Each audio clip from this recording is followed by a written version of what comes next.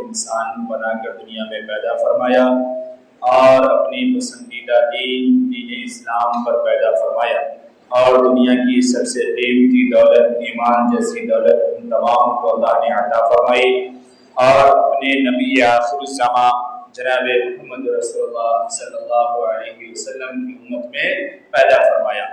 اللہ رب العالمین نے مزید ہم تمام کو یہ توفیق عطا فرمائی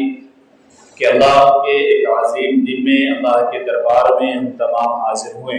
رب کریم ہم تمام کی حاضری کو اور مولا کریم اپنے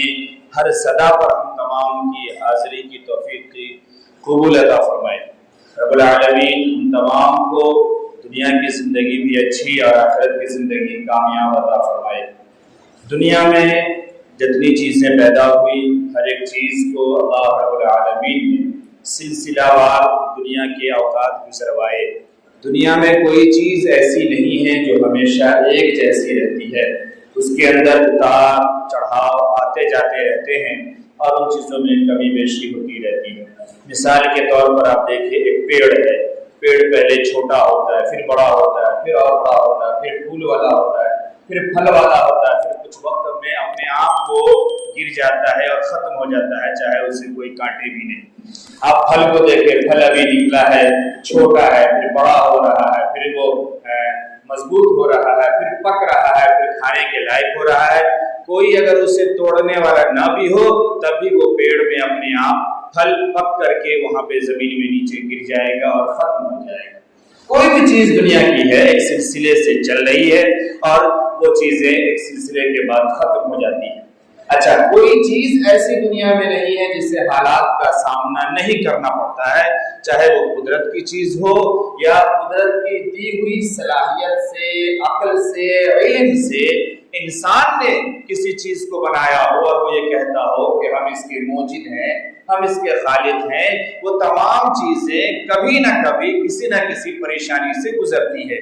آپ اسی پیڑ کو دیکھ لیں، اسی پودے کو دیکھ لیں، اسی پھل کو دیکھ لیں، کبھی آندھی آ رہی ہے، کبھی دھوپ زیادہ ہے، کبھی سردی زیادہ ہے، کبھی پانی زیادہ ہے۔ ان تمام چیزوں کا سامنا کرنے کے بعد وہ پیڑ اپنی جگہ پر قائم رہتا ہے اور پھر وہ اپنے وقت پہ پھل دیتا ہے اور پھول دیتا ہے۔ اسی طریقے سے جس کو گرنا ہوتا ہے، جو مقدر ہوتا ہے، وہ کوئی ہوا کے تھپیڑوں سے گر جاتا ہے، کوئی آندھیوں میں، کوئی دھوپ سے جھلس کر کے، کوئی بارش کے زیادہ ہو جانے کی اور پانی کی وجہ سے سڑ کر کے۔ لیکن جس کو مقدر ہوتا ہے کہ اسے کہیں تک پہنچنا ہے تو اللہ ان پھلوں کو، ان پیڑوں کو باقی رکھتا ہے اور وہ چیز کام میں آتی ہے۔ ہماری آپ کی بنائی ہوئی چیز ہے، مثال کے طور پر ہم آپ گاڑی استعمال کرتے ہیں، بڑی اچھی چیز ہے، بڑی خوشی کی چیز ہے، جسے اللہ نوازتا ہے اسے خوش ہونا چاہیے اور استعمال کرتا ہے۔ لیکن وقت آتا ہے کہ وہ جو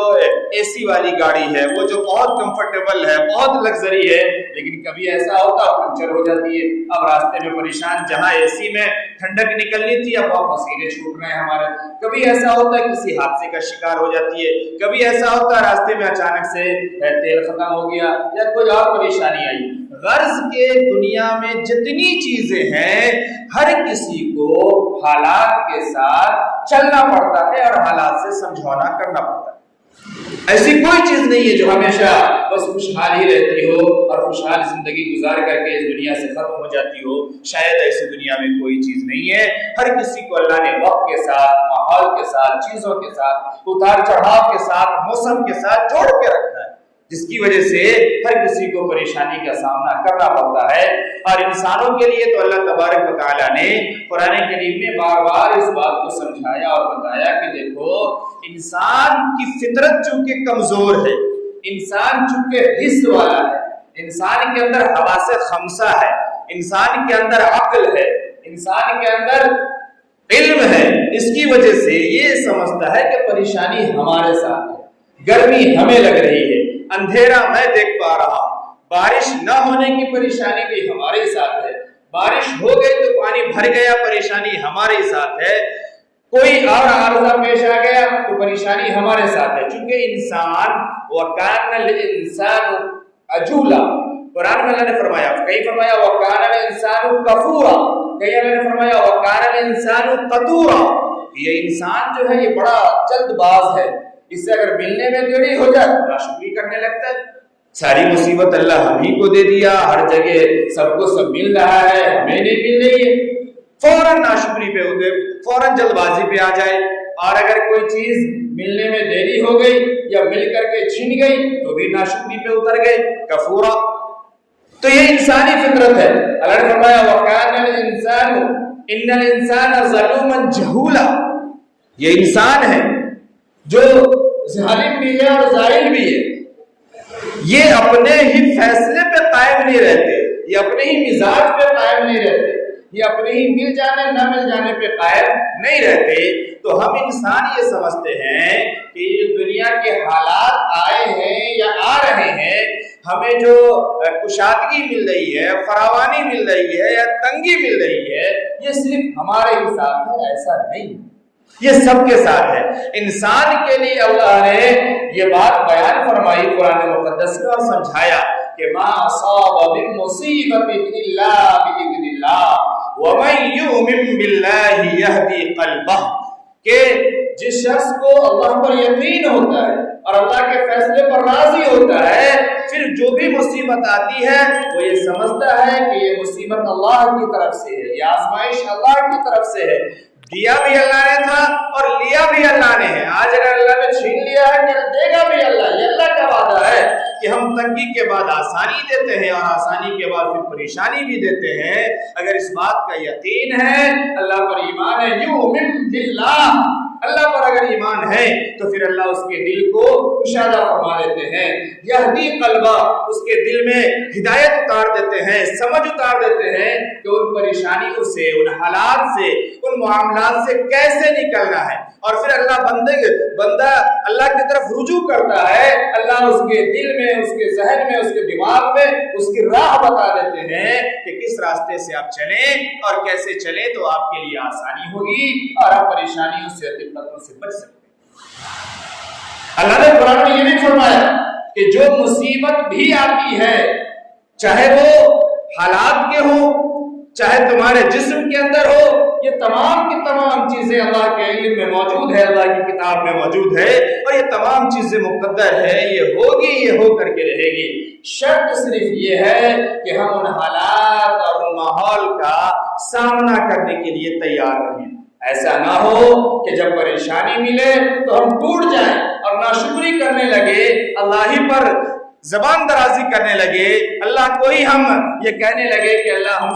ہمیں پسند نہیں فرماتے، اللہ ہمیں ہی تکلیف دینا چاہتے، اور کہیں ایسا نہ ہو کہ جب خوشحالی مل جائے، جب آشائشیں مل جائے تو پھر ہم ایسے راستے پہ چلنے لگے، ایسا کام کرنے لگے جس سے اللہ ناراض ہو جائے، اللہ کے حبیب جناب محمد رسول اللہ صلی اللہ علیہ وسلم ناراض ہو جائے۔ یہ دنیا، یہ اللہ نے فرمایا کہ ہم نے انسان کو پریشانیوں میں پیدا فرمایا ہے، لقد خلقنا الانسان فی کبد، انسان کے ساتھ حالات آتے ہیں، آئیں گی، مصیبتیں آئیں گی، یہ کوئی نئی بات نہیں ہے، ان تمام کا سامنا کرنا ہے اور اسی درمیان زندگی جینی ہے، اسی بیچ میں حلال اور حرام کو سمجھنا ہے۔ اگر حالات ہی نہ آئے، پریشانیاں ہی نہ آئے تو انسان حلال اور حرام کو سمجھے گا کب؟ حلال اور حرام کو اپنائے گا کب؟ حلال اور حرام کو برتے گا کب؟ اسی چیز کے لیے تو پریشانیاں آتی ہے، اسی چیز کے لیے تو مصیبتیں آتی ہے، اللہ اسی لیے تو آزماتا ہے۔ اللہ نے قرآن میں تو بڑی تفصیل سے بیان فرما دیا کہ ہم دیکھو کیسے آزمائیں گے، تمہیں کتنی چیزوں سے آزمائیں گے۔ اللہ نے فرمایا ہم کبھی مال کے ذریعے سے آزمائیں گے، کبھی اولاد کے ذریعے سے آزمائیں گے، کبھی جان کے ذریعے سے آزمائیں گے، کبھی بھوک کے ذریعے سے آزمائیں گے، تمام چیزوں سے تمہاری آزمائش ہوگی۔ قرآن میں اللہ نے وعدہ فرمایا، تو کسی بھی قسم کے حالات اگر آئے تو حالات کے سامنے ٹوٹنا نہیں چاہیے۔ اچھا، ایک سوال یہ ہے کہ کیا اگر کسی کے ساتھ کوئی حالات ہی نہ آئے، اگر ہر کوئی دنیا میں خوشحال ہو، ہر کسی کو مال و دولت مل جائے، تو کیا وہ قوم، کیا وہ لوگ ترقی کر سکتے ہیں اور خوشحال زندگی جی سکتے ہیں؟ کیا ایسا ہو سکتا ہے؟ پہلی بات تو یہ کہ انسانی فطرت یہ ہے کہ اسے جتنا مل جائے اس سے ڈبل کی خواہش رہتی ہے جو کبھی ختم نہیں ہو سکتی۔ اس پہ بات کر چکے ہیں، آقا صلی اللہ علیہ وسلم کی احادیث موجود ہے۔ آقا صلی اللہ علیہ وسلم نے یہاں تک فرمایا کہ اگر اس کو لن یؤتی وادیا من الذهب ان یؤتی وادیا من الذهب، کہ اگر اسے سونے اور چاندی کی وادی دے دی جائے، پہاڑ دے دیا جائے، پہاڑوں کے بیچ کا ایریا دے دیا جائے، ولن یملأ فاہ الا التراب، پھر بھی یہ انسان ایسا ہے کہ اس کا منہ نہیں بھر سکتا، یہ نہیں کہہ سکتا کہ بہت مل گیا۔ اب سونے چاندی کی وادی مل جائے، گھر نہیں، ٹکڑا نہیں، پوری وادی، پورا علاقہ، پھر بھی یہ اس کا منہ نہیں بھرے گا اور اس کی خواہشیں پوری نہیں ہوگی۔ اللہ کا نبی فرما رہا ہے الا التراب، اس کے منہ کو مٹی ہی بھر سکتی ہے، یعنی یہ خاک میں مل جائے گا، مر جائے گا، قبر میں چلا جائے گا، تب جا کے اس کی خواہشیں پوری ہوگی اور اس کا منہ بند ہوگا، ورنہ 1000 ملے گا، 100 لاکھ کا دماغ لگا لے گا، لاکھ ملے گا 10 لاکھ کا دماغ لگا لے گا، اور 10 لاکھ ہونے کی کروڑ کا دماغ لگا لے گا، چلتا رہے گا، رکنے کا نام نہیں ہے۔ سوال یہ ہے کہ کیا اگر معاشرے میں مان لیا جائے کہ ہمارے محلے میں، ہمارے معاشرے میں ہر کوئی اکول ہے، مان لیجیے مثال کے طور پہ کہ سب کے پاس 2 منزل کا مکان ہو گیا، مان لیجیے کہ سب کے پاس گاڑی ہوگی، مان لیجیے کہ سب کے بینک بیلنس ہو گئے، ایک ایوریج رکھ لیجیے کہ 5 لاکھ روپے سب کے پاس ہے، ایک ایوریج رکھ لیجیے، کیا محلے میں سب لوگ اچھے ہو جائیں گے؟ سب لوگ نیک ہو جائیں گے؟ اللہ کی فرما برداری کرنے لگیں گے، گناہوں سے بچنے لگیں گے، لڑائی جھگڑا ختم ہو جائے گا، لوٹ کھسوٹ ختم ہو جائے گی، چوری بیمانی ختم ہو جائے گی؟ کیا ایسا ہو سکتا ہے؟ نہیں ہو سکتا، نہیں ہو سکتا۔ ایک رپورٹ میں نے پڑھی تھی، آپ کو سناؤ، اس سے آپ کو شاید بات سمجھ میں آئے۔ 1970 کے اندر، 1970 میں امریکہ کے اندر ایک جو ہے ماہر حیاتیات، جس سے ہم کیا کہتے ہیں ہندی والے، جیو وگیان پر جو ریسرچ کرنے والا ہو اس کا ماہر حیاتیات، اس نے ایک رپورٹ پیش کیا اور دنیا کو حیران کر دیا۔ 1970 میں یہ کہانی شروع ہوئی چوہوں سے اور آگے ختم ہوئی انسانوں پر۔ کہانی یہ تھی کہ کیا اگر سب چیز دے دی جائے، اگر مخلوق کو، اگر اس انسان کو یا کسی بھی مخلوق کو سب چیز اس کے مطلب کی مل جائے، اگر ایک کتے کی جو ضرورت ہے، ایک چوہے کی جو ضرورت ہے، ایک گائے اور بیل کی جو ضرورت ہے، اسی طریقے سے کہانی کی ختم انسان پہ ہوتی ہے۔ آپ کہانی سنیں گے بات سمجھ میں آ جائے گی، آپ رپورٹ میں بتا رہا ہوں آپ کو۔ تو کیا اگر سب کچھ مل جائے تو انسان ترقی کرے گا، خوشحال رہے گا، چیزیں اچھی ہو جائے گی؟ نہیں۔ 1970 میں اس نے ایک بہت بڑے اسپیس کو تیار کیا، اس کے اندر ایک اچھا ماحول بنایا اور اس طریقے سے اسے پورا ڈیولپ کیا کہ اس میں کسی قسم کا خطرہ نہیں تھا۔ چوہا جتنے طریقے کی چیز کھاتا ہے ان تمام کھانے کا انتظام اس نے کیا، روٹین کے ساتھ کیا، پورے کو اچھی طرح سے بنا دیا جو ایک چوہوں کی فطرت میں ہوتی ہے، چونکہ وہ جیو وگیان کا ماہر تھا، سب کچھ کیا اور پورے کوئی خوف نہیں، کوئی خطرہ نہیں، چوہا کو کوئی کوا اٹھا کے نہیں لے جائے گا، کسی سانپ کی انٹری نہیں ہو سکتی، کوئی بلی وہاں نہیں جا سکتی، کوئی خطرہ نہیں، کھانے کا بھی خوب انتظام، رہنے کی بھی تمام انتظام، اور ہر آشائش کی چیزوں کے بعد اس نے صرف 4 جوڑے چوہوں کو چھوڑا، 4 جوڑے چوہوں کو چھوڑا کہ دیکھتے ہیں کیا ہوتا ہے، اس کے لیے ہر چیز اس میں موجود ہے۔ 4 جوڑے چوہے جب اس کے اندر گئے، دیکھا کہ یہاں تو تمام چیزیں، یہ کہہ لیجئے کہ چوہوں کی جنت بنا ڈالی، سب کچھ، کوئی خطرہ نہیں، کوئی خوف نہیں، کھانے کا سامان، پینے کی چیزیں، رہنے کی جگہ، کسی سے کوئی لڑنا نہیں، کوئی جھگڑنا نہیں، کوئی محنت نہیں کرنی ہے، سب موجود ہے تمام چیزیں، کچھ نہیں کرنا۔ رپورٹ میں یہ لکھا ہے کہ شروعات کے دنوں میں، کچھ دنوں تک اور پھر کچھ مہینوں تک عجیب و غریب طریقے سے اس کے نسل میں بڑھوتری ہوئی۔ چوہوں نے خوب موج کیا، خوب مستی کی، کچھ محنت نہیں کرنا ہے، کہیں جانا نہیں ہے، کسی کا خطرہ نہیں ہے، کچھ بھی نہیں ہے، بڑی تیزی سے اس کی نسل میں بڑھوتری ہوئی۔ اور پھر لکھا آگے کہ 315 دن کے بعد ایک عجیب و غریب چیز پھر سامنے آئی۔ 315 دن کے بعد یہ دیکھا کہ اچانک سے اس کی افزائش ختم ہو گئی، اس کے یہاں بچے پیدا ہونا بند ہو گئے ان چوہوں کے یہاں۔ اب اس کے یہاں آپس میں لڑائی جھگڑے ہونے لگے، چوہوں نے بے مقصد زندگی گزارنا شروع کر دی ہے، یہاں تک اس کے اندر دشمنی پیدا ہو گئی آپس میں کہ ایک دوسرے کو کھانے لگے ہیں اور کاٹنے لگے، جبکہ کھانے کی تمام چیزیں اپنے روٹین پہ موجود ہے، کچھ بدلا نہیں ہے، ماحول کی تمام چیزیں ویسے ہی موجود ہے، تمام سہولتوں کے باوجود 315 دن کے بعد اس کی پیدائش ہو گئی، اس کی نسل کی افزائش رک گئی، آپس میں حسد ہو گیا، جلن ہو گیا، پورا جو اس کا ڈھانچہ تھا معاشرے کا، اس کے چار جوڑوں کے اور اس کے اولادوں کے رہنے کا، وہ سب تباہ ہو گیا۔ کسی نے حملہ نہیں کیا، چوہے وہاں پہ بلی نہیں پہنچی، سانپ وہاں نہیں پہنچا، اسی طریقے سے کوئی چیل یا کوے نے اسے چونچا نہیں مارا، اپنے پنجے میں نہیں دبایا، کھانے کی کوئی کمی نہیں آئی، کوئی آفات کوئی مصیبت اس پہ نہیں آئی، لیکن وہ اپنے ہی آشائش کی وجہ سے، آرام کی وجہ سے، سہولت کی وجہ سے ڈپریشن کا شکار ہو گیا، ایک اکیلا رہنے کا شکار ہو گیا، اکیلا زندگی جینے لگے۔ کچھ چوہے اس میں موجود لیکن بے مقصد زندگی، وہ کسی سے لڑتا بھی نہیں، اس کی افزائش نسل بھی نہیں ہو رہی ہے،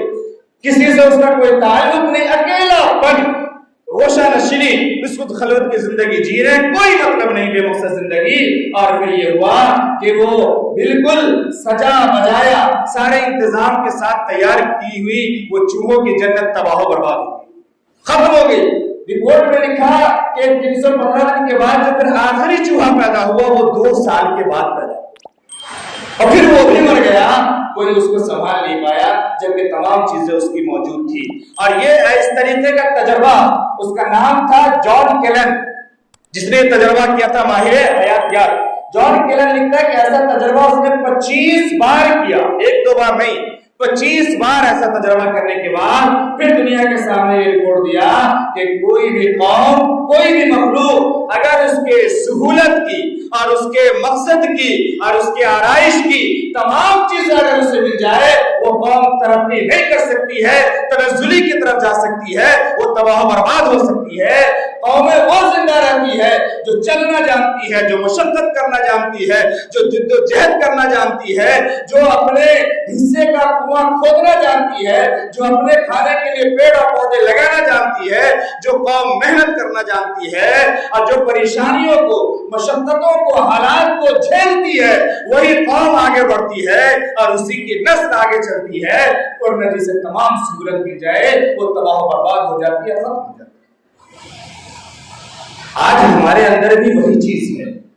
آج ہم ہر ماحول میں، ہر جگہ ہم ایک اس طریقے کی زندگی گزار رہے ہیں جہاں صرف ہم نے یہ سمجھ لیا کہ ہمیں آرام چاہیے، ہمیں آشائش چاہیے، ہمیں پیسے چاہیے۔ وہ بڑی مشہور کہاوت ہے، آج پیسہ ہو چاہے جیسا ہو، کہیں بیٹھے رہو، پٹی پڑھاتے رہو، ہیرا پھیری کرتے رہو، دماغ لگاتے رہو، کمیشن نکالتے رہو، کچھ بھی کرتے رہو، پیسے آنے چاہیے، محنت نہیں کرنا ہے،